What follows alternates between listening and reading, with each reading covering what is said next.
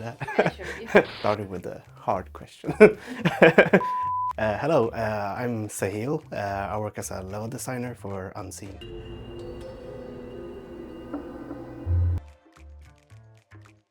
It should be tricky, but not impossible, because it's a narrative-heavy game. We want the narrative to be the focus. So when we get to the puzzles or when we get to the harder parts, we still want everyone to be able to figure it out. Maybe it takes some a bit longer time, and some would understand like instantly. But yeah, so it should be doable for everyone. While you're doing the puzzles, I like to do the unexpected. Maybe a bit too much that it becomes expected, but that's my take. What drew me was like the second person perspective. I did not understand it at that time. It's very tricky to work with, but it's also very fun because there's a whole other challenge with that from like just a first person or a third person game. As it's like mostly remote, I haven't met too many people, but it's been really good. Like it's been really fun. As soon as I joined as an intern again.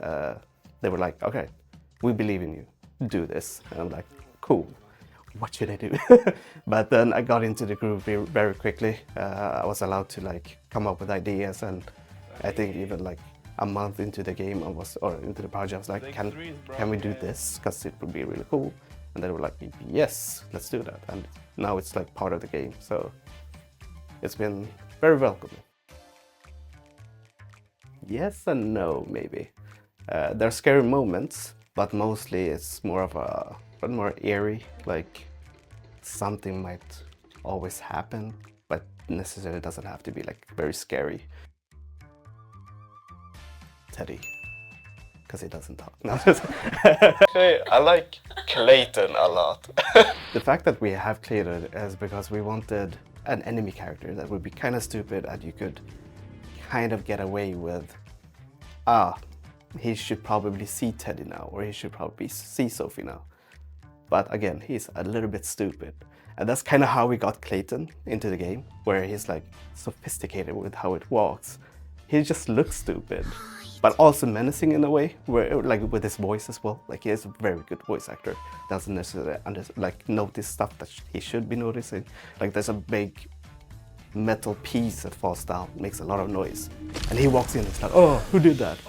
And then it's basically like the Skyrim NPC, oh, must have been the wind, and then walks away. It would probably be my favorite character. Definitely a second person perspective. I don't think I've played too many games that has had like, yes, second person, but the fact that you can also pick up your camera and then walk around and put it down. That's been actually like a big challenge as well, because the player has a lot of freedom when they're walking first person to see what they're doing, but they can't do any actions at that moment.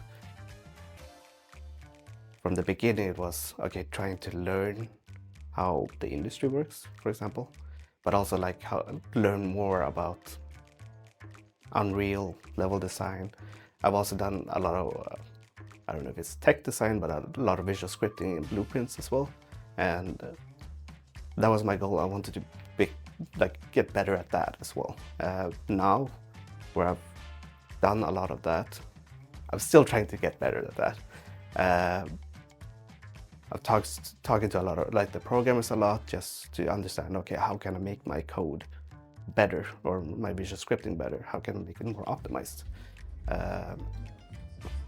So those are like just improving my skills in general are my personal goals. The game and the team, because the team is very like, it's a small team.